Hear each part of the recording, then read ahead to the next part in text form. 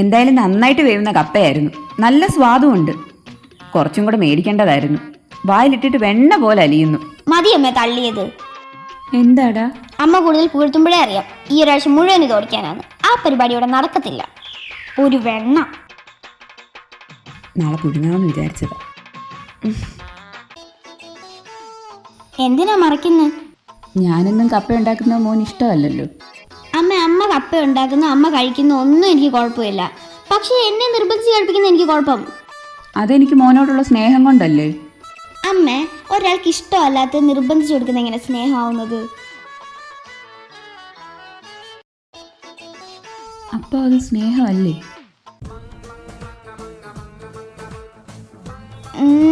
നല്ല രസമാണ് അമ്മ. രാവിലത്തെ സാമ്പാറുണ്ട്, വേണോടാ? വേണ്ടമ്മ, രസം തന്നെ മതി. അമ്മയ്ക്കൊരു കാര്യം അറിയാവോ? സാമ്പാർ ഇട്ട് നമുക്ക് ചോറിനാം, പക്ഷെ രസം കൂട്ടി നമുക്ക് ഇഡ്ഡലി കഴിക്കാൻ പറ്റുമോ? അമ്മയ്ക്ക് മനസ്സിലായില്ലെന്ന് തോന്നുന്നു. അതായത് അമ്മേ. അയ്യോ എന്റെ പൊന്നോ, മനസമാധാനത്തോടെ ഞാൻ ഈ ചോറൊന്ന് കഴിച്ചോട്ടെ. ഇതാ കുഴപ്പം. ഞാൻ മനസ്സിലാക്കി കൊടുക്കാന്ന് വിചാരിക്കുമ്പോ സമ്മതിക്കത്തില്ല.